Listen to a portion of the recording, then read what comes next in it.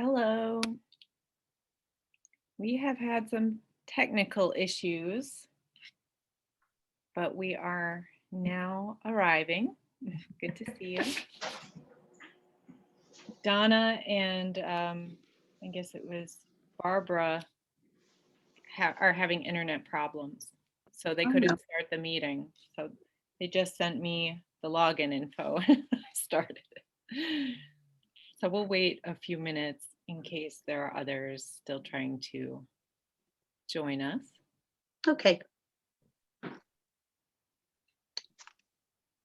just going to shut my door here.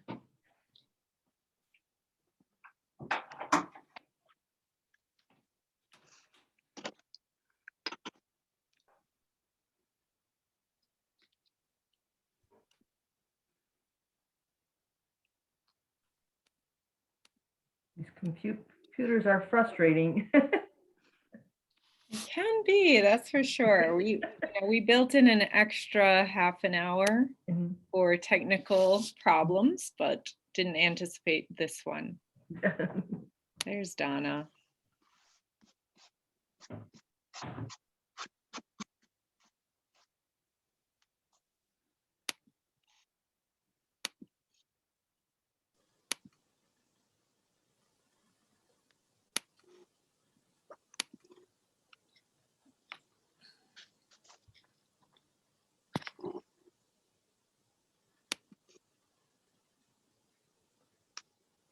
That's a different, okay.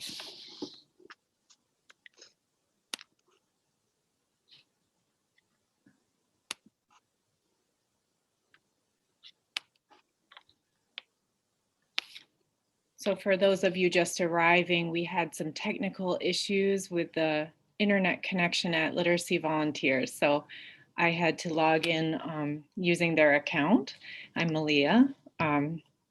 It says Literacy Volunteers, but really it's me, Malia. So we'll just wait a couple of minutes before we get started due to those technical issues in case people are still arriving. Hi, Malia. Hello, how are you? Good. Well, it's great to see so many people here or online. And maybe I should know Carolyn and Kate, but I'm not sure I do. So are you literacy volunteers in Canandaigua or? I am, yes.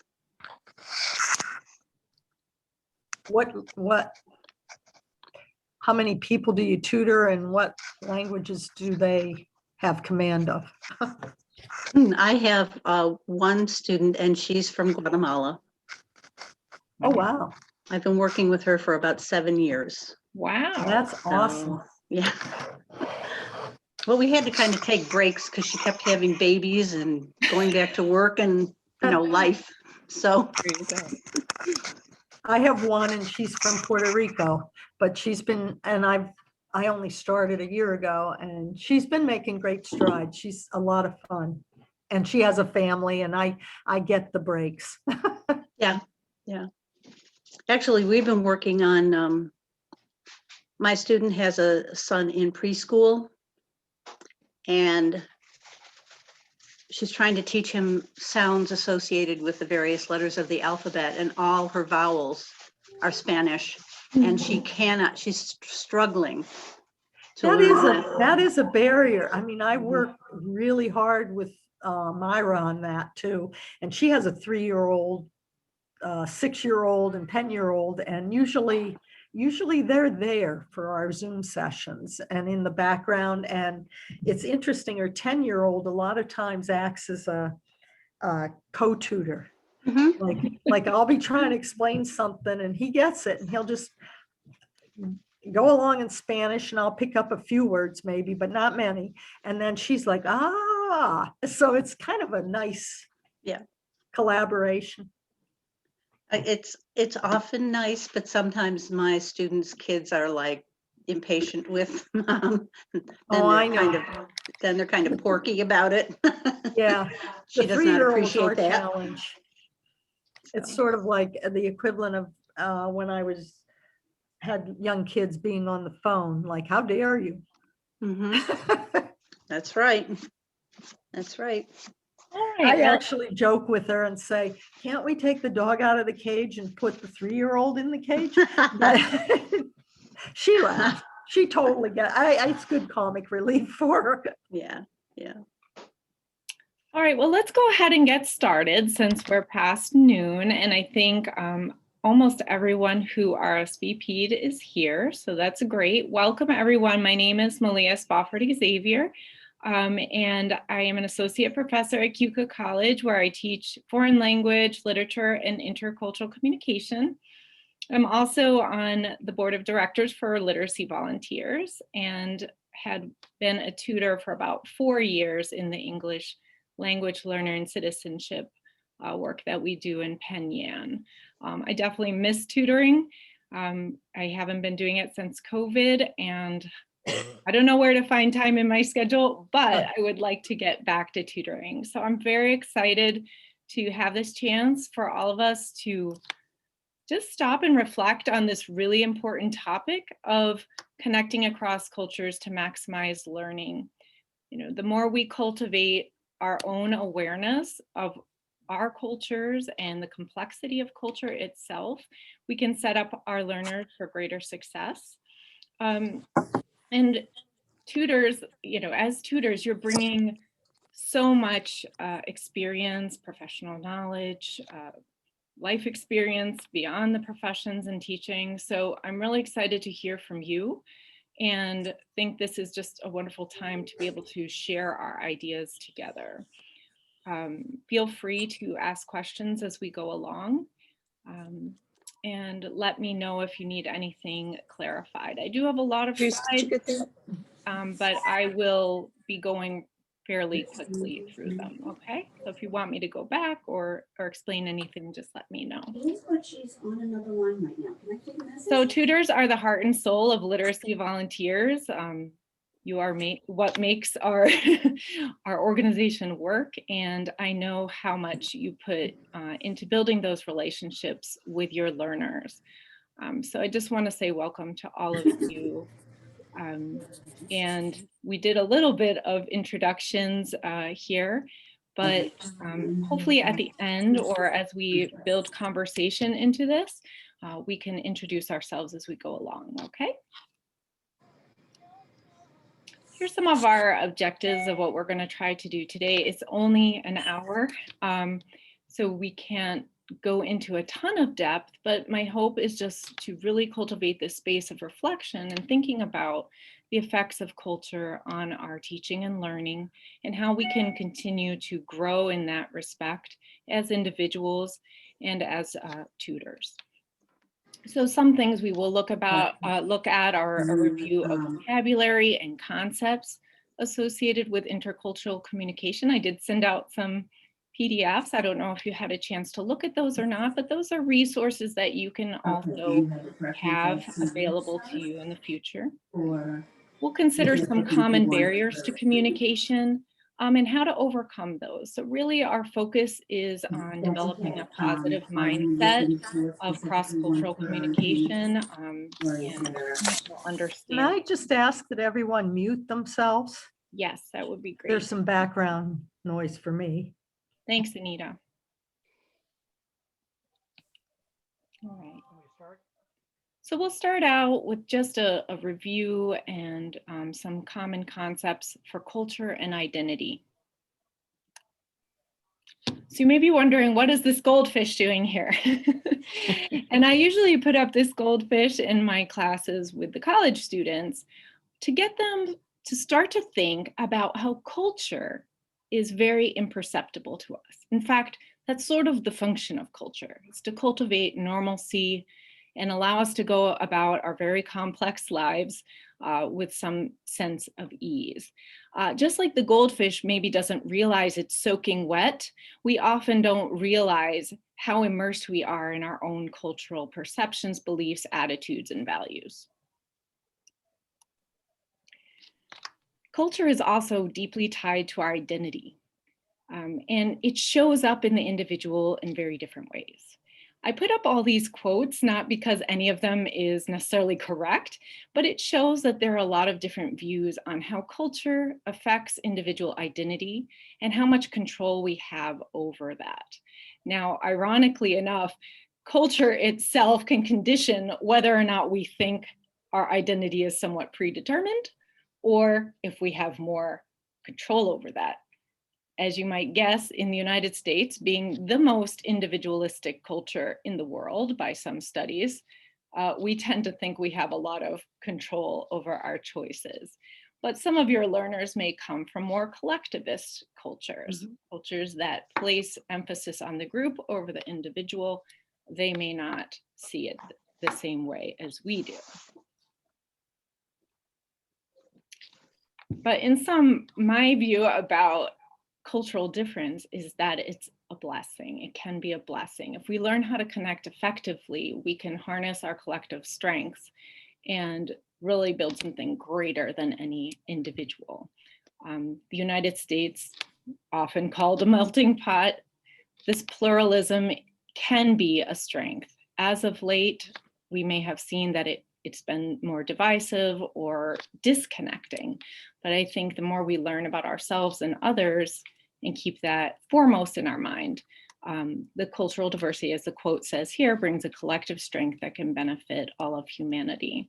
And certainly as you learn more about culture, you can leverage that to design lessons or perceive sort of the parameters of maybe where your learner's coming from that can help you support them better, support their identity better, and achieve greater communication.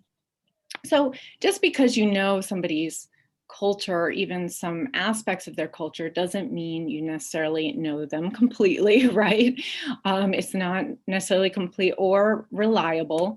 When we're getting to know someone, we also have to face our own perceptual biases and realize that culture itself is not just like this monolithic, homogeneous thing, right?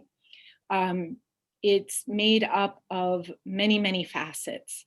One textbook that I used to use called, Culture is 10,000 different things. So I could say it's probably 1 million different things.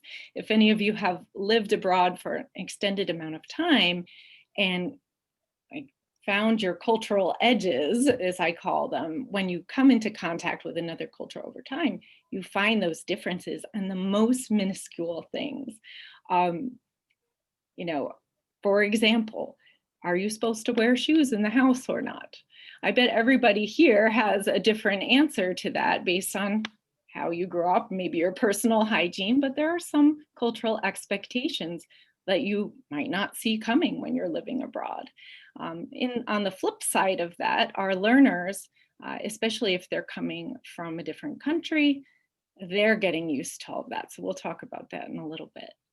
But culture itself can be broken down into different subgroups. So we talk about the dominant culture very often, but also co-cultures, subcultures, ethnicities, subgroups, and microcultures even, to indicate the level of mutuality between cultures and their relative size, as well as how permanent they are. So I'll flip through a few definitions, but I won't have time to read all of them. So I can share these slides afterwards if that's helpful. As I flip through these, I'd love to hear if you have any initial questions or observations. Feel free to unmute yourself or raise your hand. I'm not sure I'll see the raised hand, but Kate? When my student and I went to one of the LVOI brunches, Yeah. there was another woman there who was also from Guatemala. So I thought, great, they'll be able to connect. But they really weren't, because they were from two different groups in Guatemala. Yeah. And my student was in the lower group. And so she felt very kind of hesitant to really interact any further than a polite greeting, kind of nice to meet you thing. So that did not work out.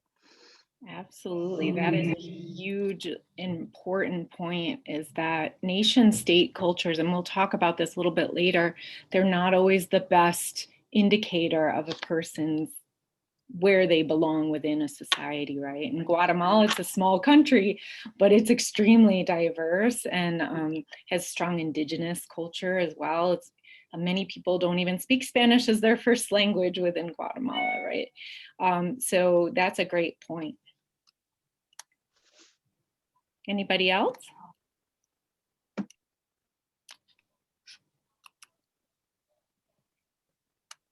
So Kate also brought up something that we will talk about next, which is power dynamics. So depending on what is accepted and familiar to someone and where they fall within the greater society can really determine how comfortable they are, right? How supported they are in something such as learning.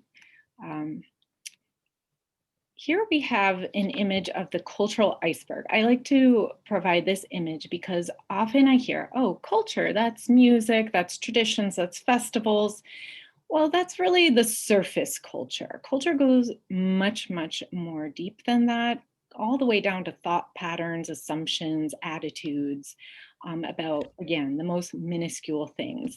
To go back to the shoes example, when I lived in Brazil for a few years, I came to find out pretty quick that I was expected to wear flip-flops in the house. If I didn't wear flip-flops, I would hear about it constantly. And I would either be going to get sick or even electrocuted by lightning. Those were the two main things that were, threatened to me if I wasn't wearing flip-flops. So that's a kind of a silly example, but it goes to speak to just how deep culture runs and how you often don't even realize your culture until you come into a difference with somebody else. So whatever is accepted and familiar to you, what feels normal, is often what your culture is. Now, teasing that out and articulating it can take some time.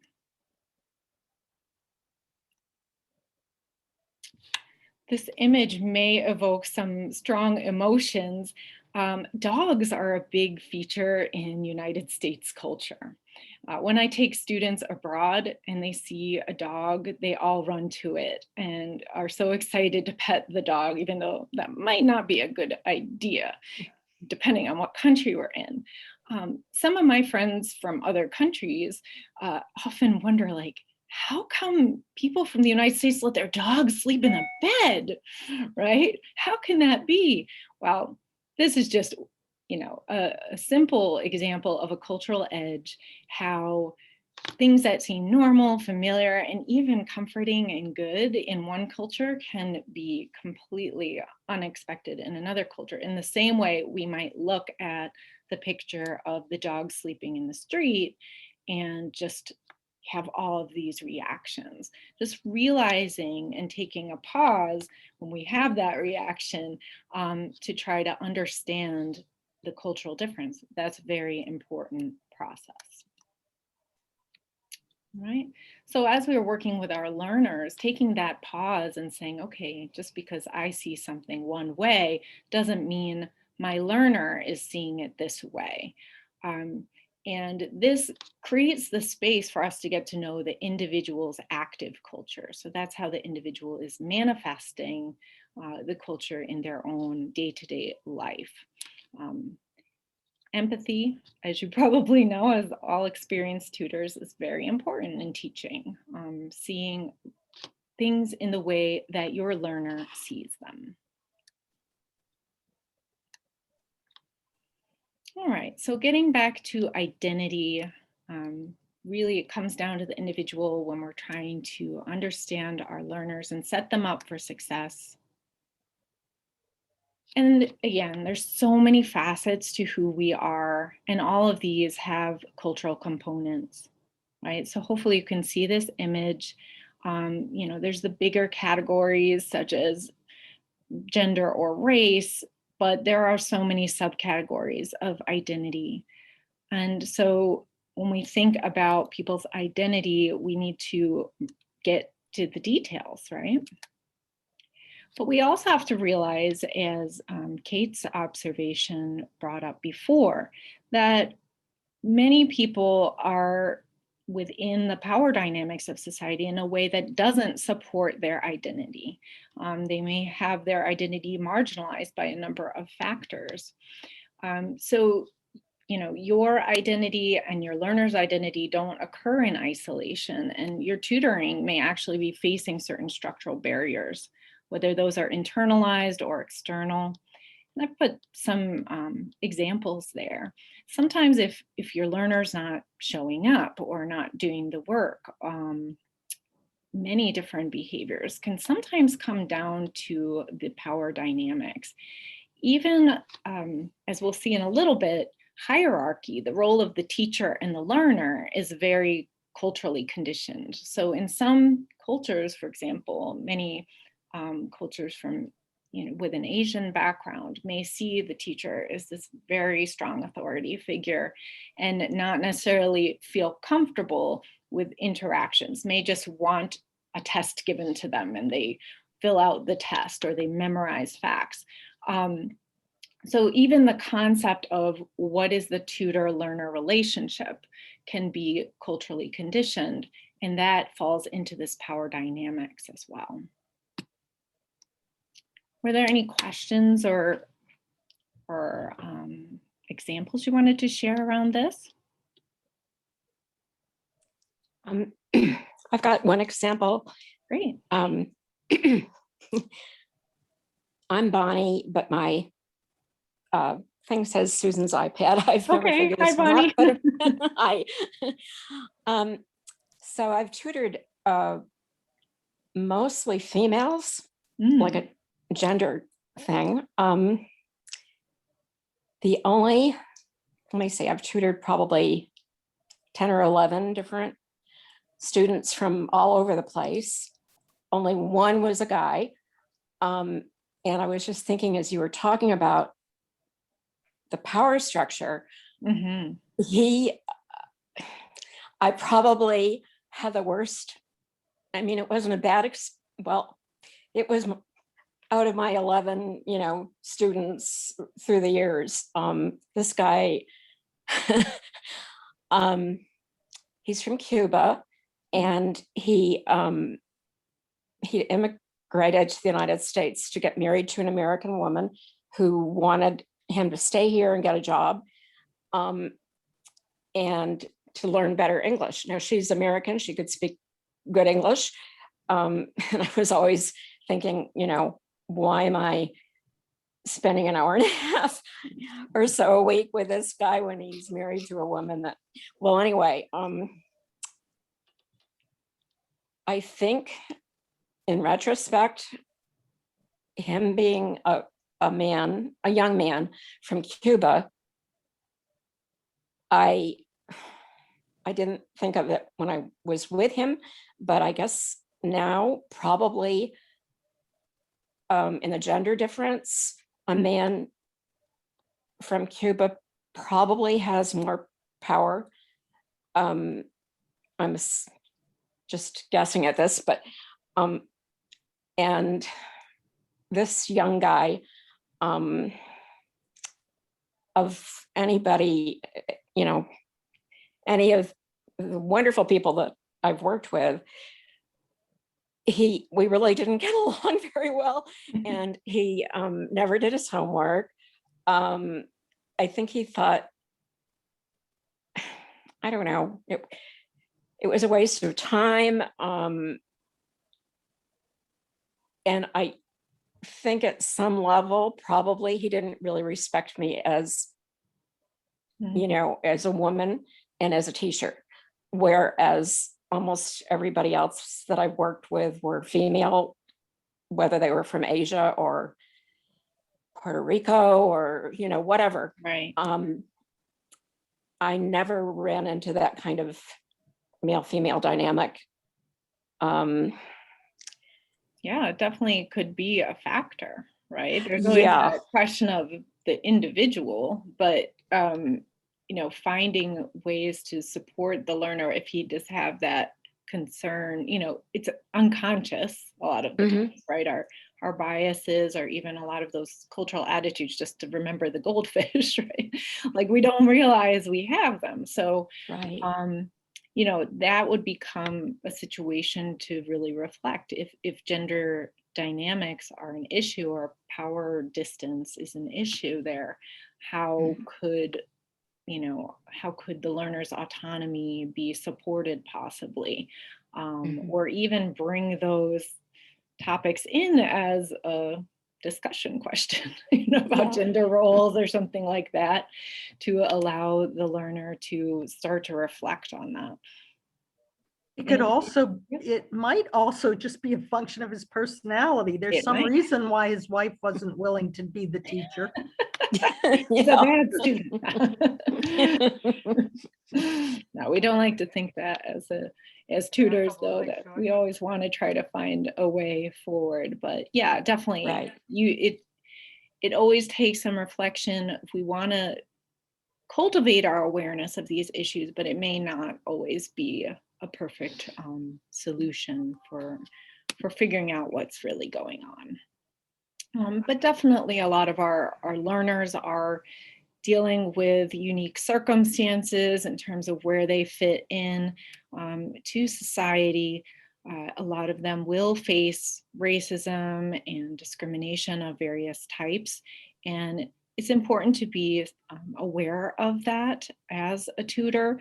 And also, as I was suggesting before, if you take a critical literacy approach to teaching, bringing in those power dynamics to what you're talking about, what you're teaching, depending on their language level, selecting readings that talk about these topics could actually be very interesting and encourage connection.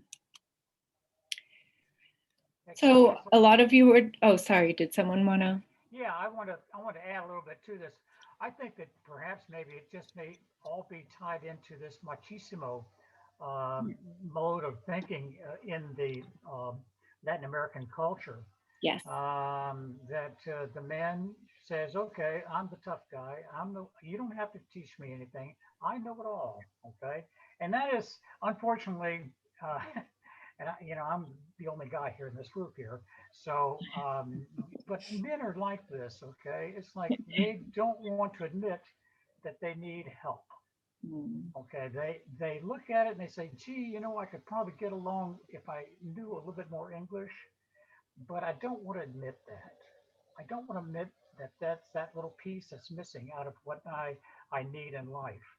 So they make up any excuses, they don't do their work, and so on and so forth. So it is very, very difficult to be able to bring a man to the table and to be able to work with them, and improving their English.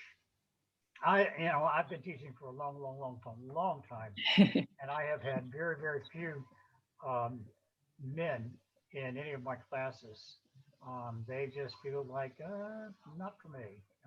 So I think that I would probably have to hand that all off to machismo. Well, that is definitely a dominant cultural pattern for certainly certain generations too, depending of these cross sections of dominant culture, co-culture, subgroup that we were talking about earlier. You can run across that pattern, absolutely. And it is an issue, it's a barrier, right? So thinking about how we can overcome that barrier is an exercise in creativity, for sure. And sometimes, and again, it would come down to the individual, but sometimes the design of the class in terms of selection of material, or the teacher learner roles possibly could be manipulated somewhat to accommodate an individual's barriers, but also start to think about how can we encourage the learner to shift out of that mindset, because it's not serving them, right? They're not getting to maximize their learning because they're behind this barrier. Many people coming from other cultures, I don't know how many of you have had to live in a different culture for a prolonged period of time. Have some of you lived abroad or traveled abroad for extended periods? Here, Bon. Yes. Yeah. Yeah. So Quite a bit. you know what I'm talking about with culture shock, probably. Absolutely. Yeah. Shock is I've been thinking about, this is not the greatest word for this, because shock implies like sticking your finger into the oven, right? It's kind of more like a frog being boiled in water progressively, right? It kind of creeps up on you. Sometimes there are moments of shock, but it can creep up on you. And it's really something that's cyclical. So it's not that you go through acculturation once and then you're done, right? You just acculturate, then assimilate, and you're bicultural, right? It doesn't work like that. So it's typical to go through this cycle where they call like the honeymoon phase, where everything's new and exciting, but then you start hitting those cultural differences, right? Then you get the anxiety, frustration, annoyance. The place I lived the longest was Brazil, and I would go to the grocery store. It had a parking lot with lines, and no one would park in the lines. One day I came out of the grocery store and my car was surrounded by other cars. And I was like, I can't deal with this. What is happening? So that was my frustration. I was having a lot of culture shock, but really it's more gradual than that. It builds up. And then you adjust, you adapt, and you assimilate, but it's not to say that it couldn't come back again. So this is another reason some of our learners may not show up, right? Or may not do the work. They could be going through that frustration, annoyance, or anxiety and not adjusting. So thinking about ways that literacy volunteers or as tutors that we can support students if they're going through this culture shock cycle, it can be possibly remove some barriers and help build those relationships. So as you can see, some of these common symptoms include decreased productivity, right? Poor time management, and a sense of isolation. So I know when I was tutoring, sometimes the learner would just disappear for a while, and you don't always know what's going on. Did anyone want to add something here? Yeah, it's, when a student wants to disappear for a while, usually they come to me and they have some legitimate reasons why they need to be away for miss a session or two. But I try to be encouraging them all the time to try to be able to meet their sessions with me, because I think teaching English is a continuing process, and you're building upon lesson to lesson to lesson to lesson. And when Absolutely. when you have that big break in there, maybe 2 weeks together, it's almost like you have to go back to the beginning and start all over again. And Yeah, it's really, really important for them to be able to keep up with the set schedule that you have. that's very true. All of us who teach languages know how much reinforcement is needed, especially at the beginner level, and repetition. And that break, even just a couple weeks, can set them back for sure. It So really does. yeah, and being sensitive to the fact that they may be going through these issues of acculturation or systemic structural barriers that they're facing in society, it's important for us to try to help to alleviate that however we can. Of course, many things are out of our control, but just being aware of that can be a positive thing. And as we become more aware of our learners' active culture, we can also support them in the acculturation. So one thing I'm going to talk about in a little bit is time orientation. So the idea of arriving somewhere at a specific time may be a challenge for many learners based on their native culture. As tutors, we can help them understand the host culture, right? Like we can be that cultural ambassador and help them adjust and adapt to expectations. All right. So this is all we've been talking about, right? That communication and teaching is obviously a very intense form of communication. requires a knowledge of that culture and trying to build connections and relationships to support. No, I realize cultures, we're learning about working with the culture. There is also just the underlying facts of everyday life. I mean, if you have a student that has 3 young children, full-time job, and they might even have a second job, Absolutely. you just kind of can see the burnout, or they're just tired. And so when I sense that, I try and bring it up and we talk about it. And, you know, I do, it's just easy that I'm retired and can be flexible. And I think that's helpful. Yeah, I think you point out something very important, Anita, like even beyond all of these things that we're talking about is the stress, like you're working with a learner who has a family, right? They have a lot on their plate. So flexibility is really a key strategy to understand your learners' struggles, what's standing in the way of their learning, and to take some of that out of their way if you can. Let me see how we're doing on time here. I will go through just quickly some of these barriers. I'm sure you're all familiar with these, but because we can never know all the details and rules of every culture, we barely know our own, it's good to allow space for that individual case and examine these barriers on a general level. So language and nonverbal misinterpretations are additional barriers, but we'll be focusing on anxiety, assuming similarity instead of difference, ethnocentrism, and stereotypes and prejudice. Obviously, we don't want to focus on the barriers only. We want to try to get beyond those, but that is an ongoing process. Anxiety is one that probably affects my college students more than it would affect all of you because you have a lot more life experience and professional knowledge. But often when we encounter cultural difference, there's anxiety of not knowing what to do, unsure of expectations, or offending someone, things like that. So people can tend to avoid interactions. And really, to get past this barrier, we need to increase our knowledge, right? And allow space for getting to know each other. Assuming similarity instead of difference, this is just an image that sort of exemplifies that. If you don't stop to consider that somebody could have a different perspective on a particular practice or belief, or say, like to bring up an example we had before, the teacher-student relationship, if you assume unconsciously that they understand what a tutor is, then you may be surprised when they don't follow through on what you would expect.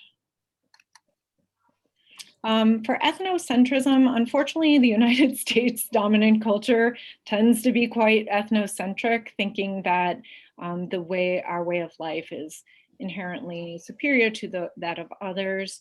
We may not say that overtly.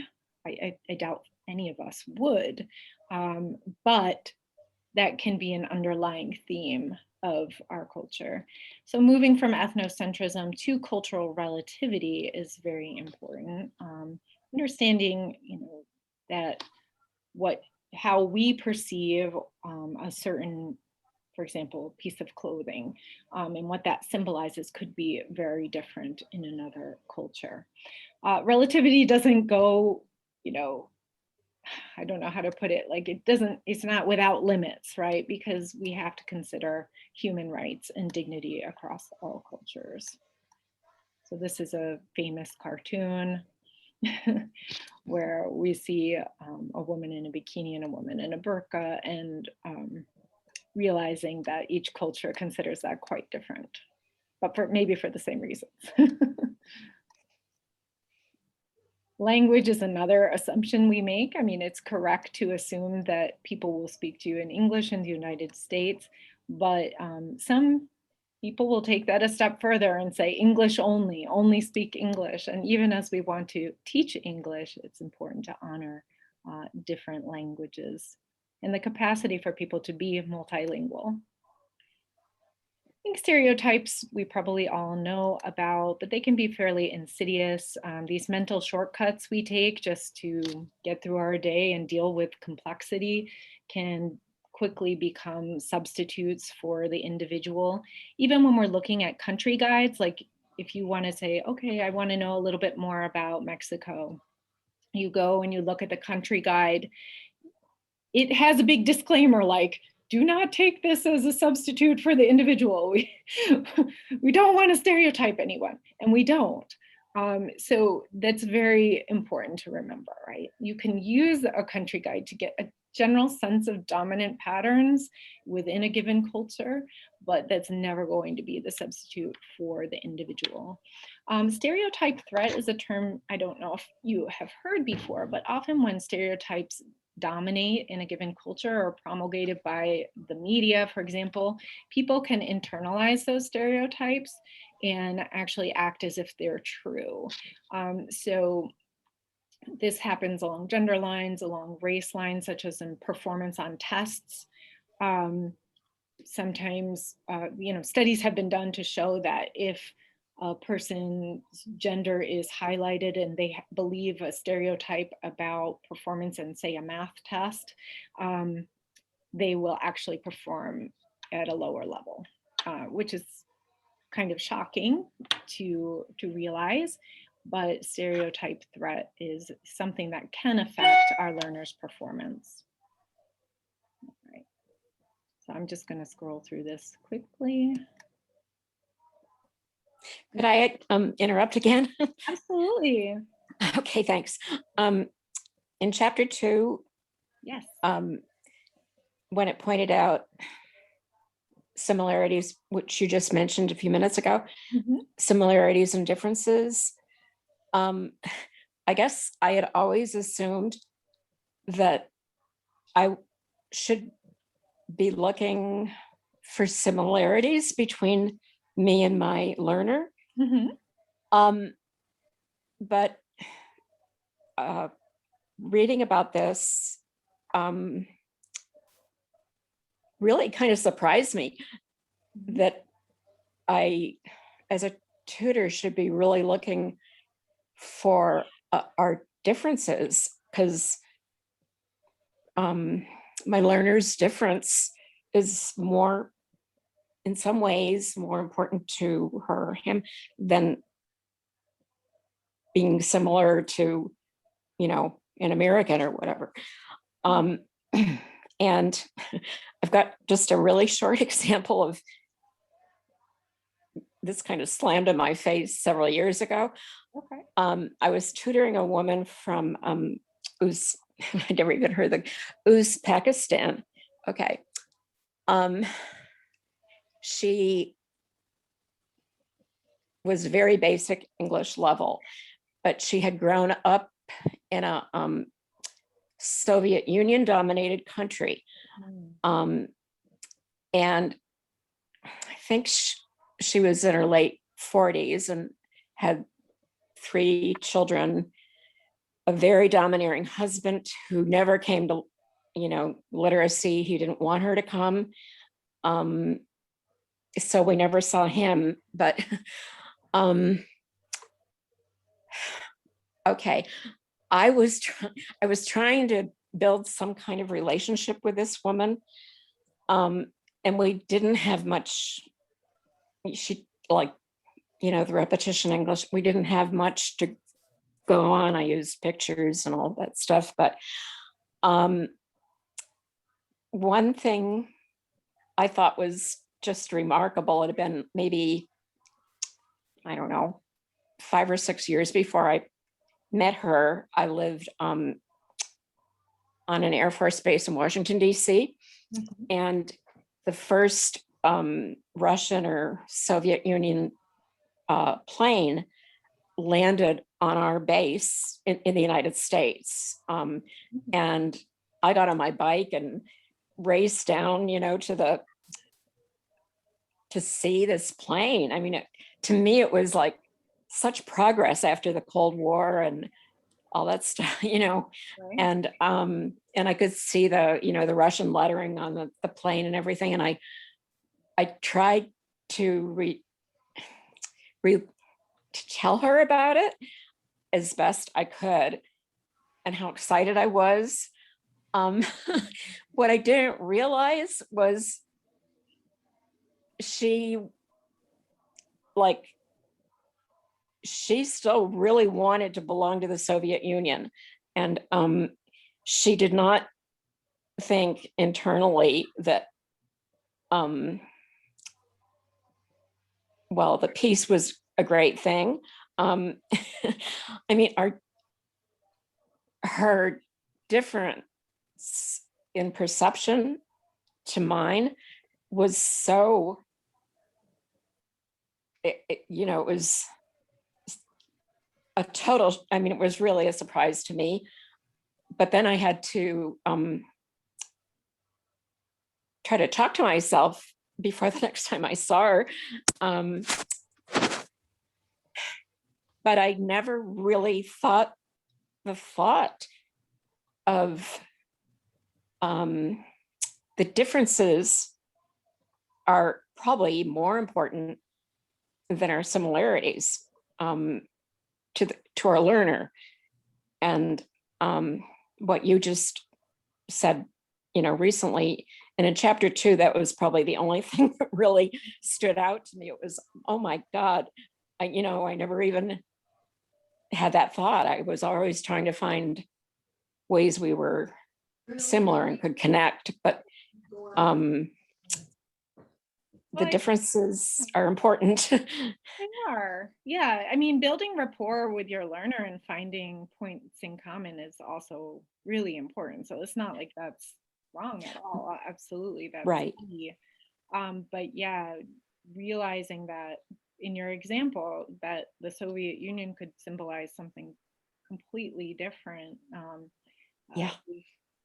is a very valuable thing to at least have on your radar. Like, my learner have a totally different perspective than me. Yeah.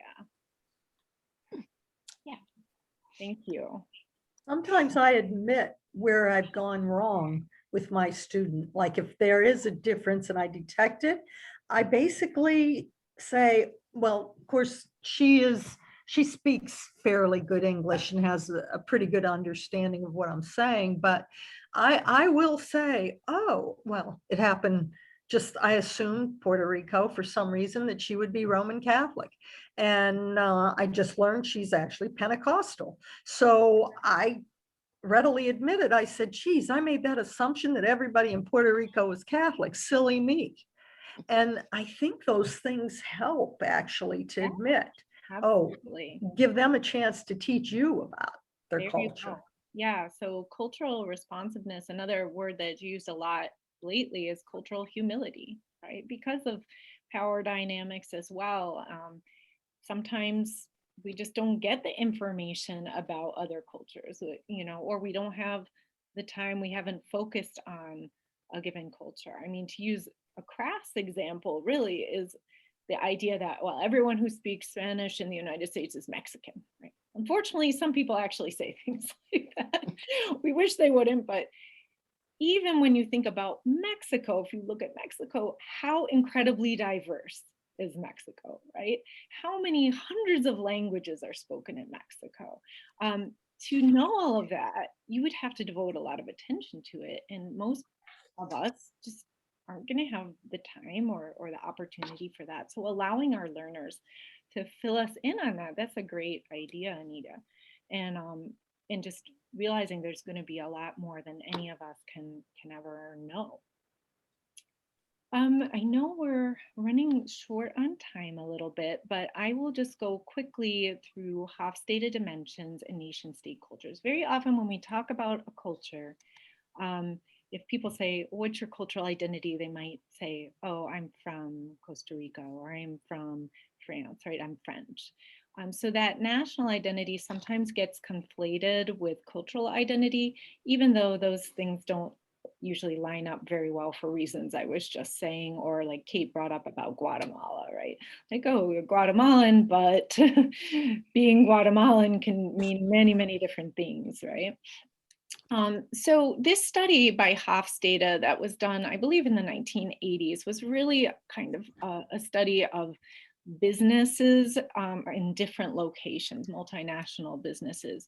And so it's not a perfect study, but it does elucidate certain cultural dimensions, if you will, that can be examined along a spectrum, and it ranks different countries on these different scales. So this was chapter 6, if you had a chance to look at that. So these are some of those cultural dimensions, and some of them can be very helpful because, as Bonnie was saying, we might not realize the difference, right? We may, because of that accepted and familiar aspect to culture, we just may not think of it until we hit a bump in the road. Again, there's a bunch of different pop-ups that are going to come. We don't have time to look at all of them, but I will send out these slides so you can scroll through. Some of these that might affect you more than others, and definitely is individualism versus collectivism. So that's kind of the perspective on the individual's role versus the group. Long-term orientation and short-term orientation is a big one as well. And you may find that certain cultures are more interested in the short-term gains rather than long-term dedication.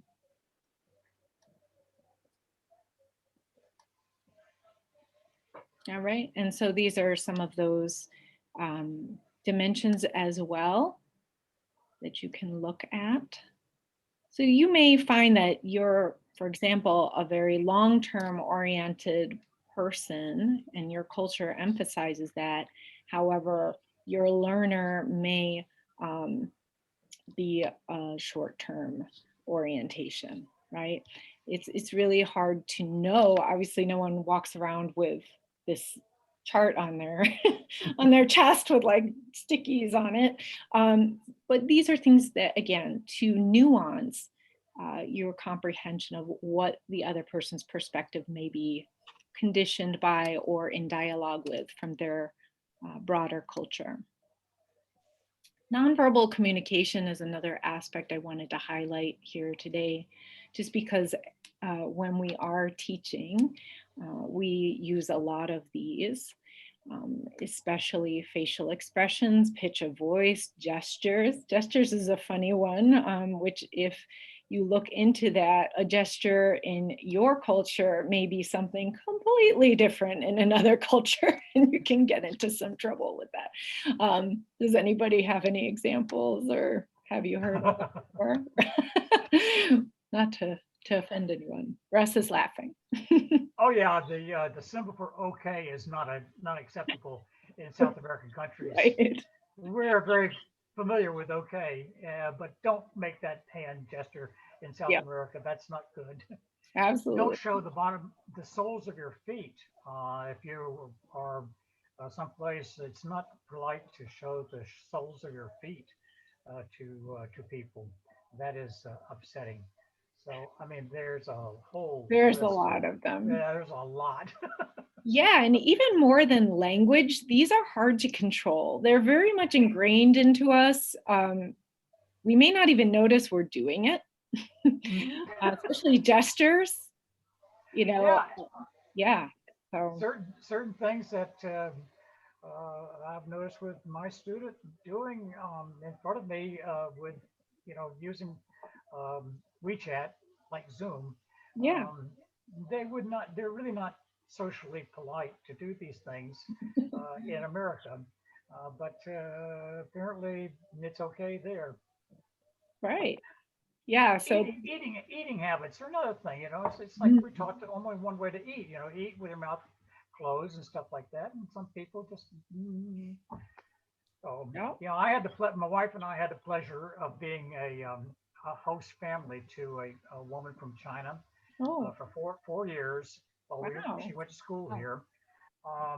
She was fine, but we had some of her friends would come over and they had some, I would say bad table manners. But I'm not going to be able to. I'm not going to say anything. It's like, okay, this is the way you were brought up, and it's your culture. Yeah, so that's a good I dealt with it. example of cultural relativity. And through that acculturation process, I mean, becoming aware of the host culture's expectations is also an important facet. So one thing I wanted to draw your attention to for nonverbal communication is actually time. Oops, sorry. I'm not sure you can see this fully, but there are two types of time orientation that is typically talked about. One is called monochronic time, or M time, and the other is polychronic time, or P time. The dominant culture of the United States is very, very M time, very monochronic time. I can wager that probably most of you arrive to your appointments early. Is that right?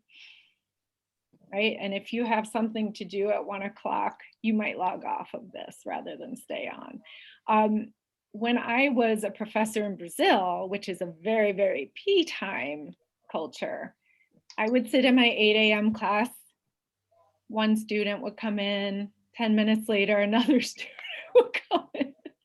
And it wasn't because, like, as I thought at first, that they were being rude or not taking education seriously, because that was my interpretation, being an M time person, very, very conditioned from a young age.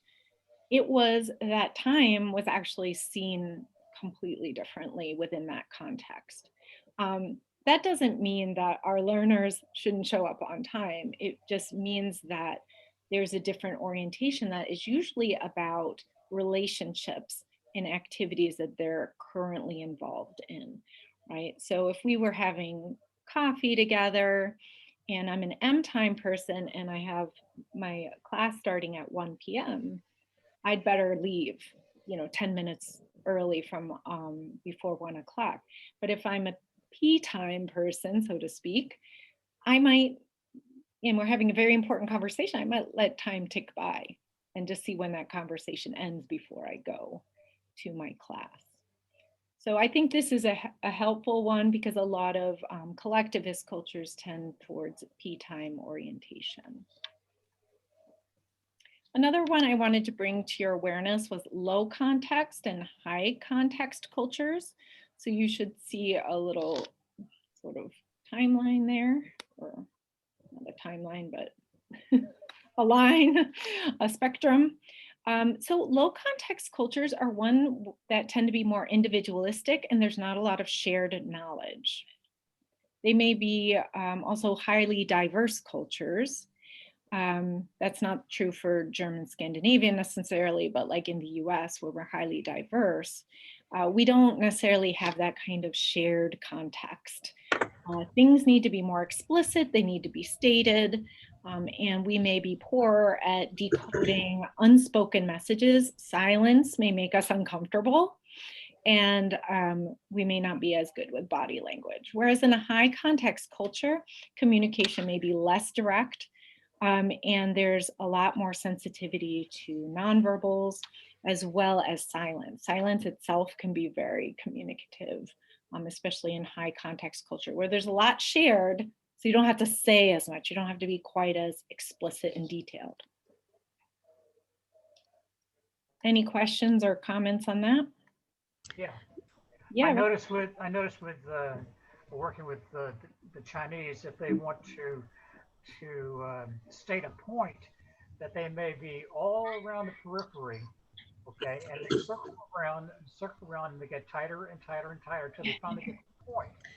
And as Americans, we are more direct, quite a bit more direct, and we just jump to it and tell them, boom, that's it.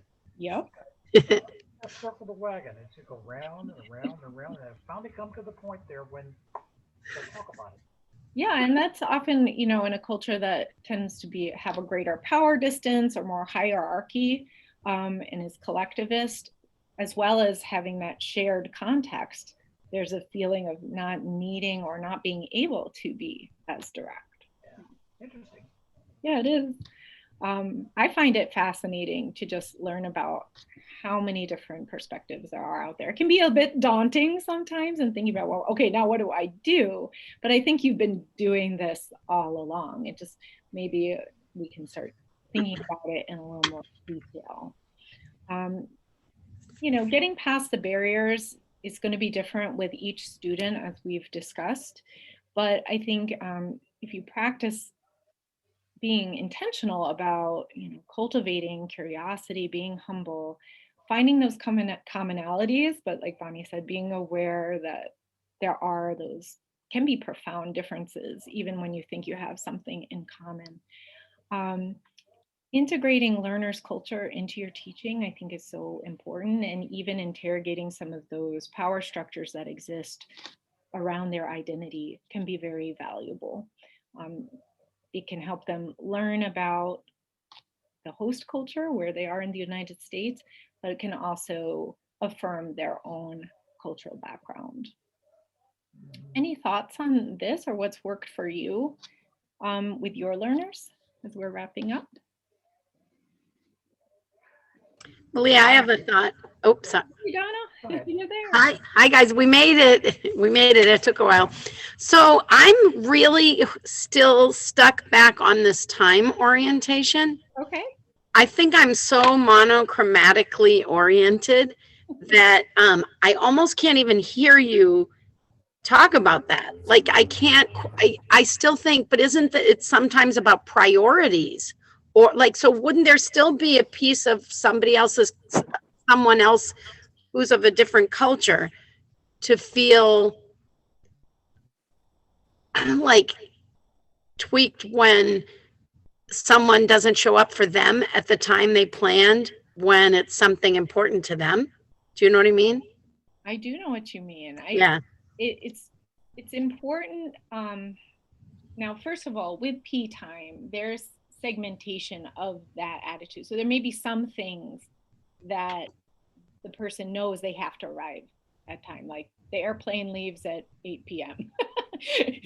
Yeah, you're still drinking your coffee, you're not on the airplane, right? So it's not that people are completely oblivious to time, but I agree with you in that for an M time person, it does start to feel like respect and priorities, often because that's it's so deeply ingrained into our culture. Right. And so having that conversation with the learner and setting expectations, because this is the host culture, right? And it may be part of that whole acculturation process. That's totally valid. Yeah. Yeah, that makes sense. And I say this because I've had that problem with many tutors that, get really frustrated when their learner is, perpetually late. Yes, and that is a normal reaction to have for sure. And may require. Well, see, I was Oops, sorry. No, go ahead. There must be a delay. I appreciated that slide because I never understand what these monochronic people, like, what's their big deal? Because I am definitely polychronic. I became polychronic more when I moved to Brazil. I just gave up after a while. I acculturated. And so I told you that story about waiting around for my students. When I came to Cuca College in 2015, I got to my class, I think I was like 5 minutes before it started, thinking, oh, I have plenty of time. I'm super early. Well, all the students were there staring, waiting. Where is the professor? Right? Because yeah, the mystery to me is I'm 100% German, so I must be totally recessive or something. That's funny. Well, it just brings to point that active culture of the individual is not always perfectly aligned with the dominant culture they live in, for sure. Any other thoughts? I think it's a great idea. Number 3, read about students' culture and respectful questions. I think that's really important. I try to understand when there are certain holidays in the country that my student's in, so I can talk to her about what are the origins of this this holiday that you're having, and so on. And then to try to learn a phrase or two of their language. They will appreciate that you've taken the time to be able to pick up some of their language as well. So I think that helps bind the two of you together like this. Okay? I think it's very important. I completely agree. And not just the culture, but the current events. Like Yeah. Myra and I have been discussing, should Puerto Rico be a state? Because, even it's not their culture, but it's their country, their former country still is of interest of them. Just as my German heritage is of interest to me, they're still interested in what's going on in the country of their birth, I would think. Absolutely. And they probably still have a lot of family and have been deeply affected by their country's current events that may even have been the motivation for them to come to the United States. So absolutely integrating this cultural content into your lessons, into your conversations is a great strategy. Some of my students are not associated with the literacy volunteers of Yates and Ontario County, but they are in China, and they ask me questions about how does the United States view China and the relationship between the two. So there are many questions that they ask me. How are we viewed by the common people that are in your country? I don't want to rely upon the news reports that we get because we don't really trust them. So they ask me my opinion, and I of course give them what I believe is happening. So and they're curious about certain things that they brought to my attention that I didn't even know about. And it says something about Japan dumping some nuclear waste into the North Pacific Ocean, and I didn't know anything about that. And they said, well, what's your opinion of this? I said, frankly, I've never heard anything about this. So I'm going to have to try to do some digging up to try to find out what's the deal. But what you say here, Russ, really reminds me of just how important the tutor-learner relationship is, because you're really being a cultural ambassador in a lot of ways. Those relationships that we build with learners are so vital, and so it's great to hear that you're having these conversations. Oh yeah, it goes far beyond just teaching English. I mean, it goes way beyond English. Absolutely. That's I mean, I see they're asking my opinion about all kinds of things in life, and it's just like, this is a really good relationship that I've developed over the years with many of my students. It's just been spectacular. It's really rewarding, I think. Oh yeah. That's what I've found. I've really missed tutoring during COVID, and just that close, relationship, getting to know the students so well, the learners so well. It's really a valuable part of being a tutor. So I hope that, in taking this time to stop and reflect on cultural differerences and ways we can leverage those differences into connections, and optimize learning conditions for our students, I hope that's been helpful for you. And I know we could spend a very long time talking about this. And maybe we'll schedule a follow-up at some point. But I have my email on the screen there if you'd like to contact me about anything, or if you have additional questions. I'm available for another couple of minutes if anybody else has another question before we end. Well, in case nobody has a question, I want to say a big thank you to you, Malia, for doing this. And I'd like to echo that too. That's what I was going to say. So thank you. And we're sorry for the technical difficulties.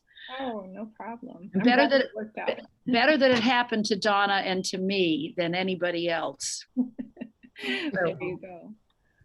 All right. Well, it's been a pleasure talking with all of you, and I hope our paths cross again in Literacy Volunteers. And thank you for everything that you're doing for your learners every day. Thank you, Malia. Thank you. Thanks. Right. Thank you. Bye. Thank you. Bye. Bye.